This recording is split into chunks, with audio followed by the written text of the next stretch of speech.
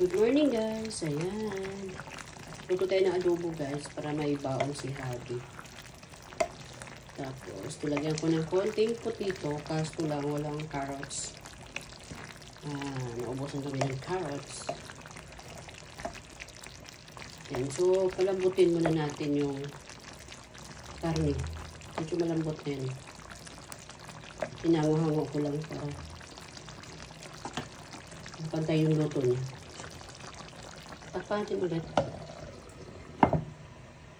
Ayan. So, tingnan no. Yan. Pero guys, siyempre, iwas na ako sa karne ngayon.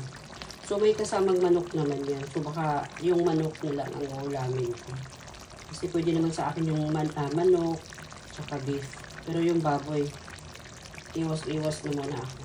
Ano lang guys, thanks for watching. Bye-bye.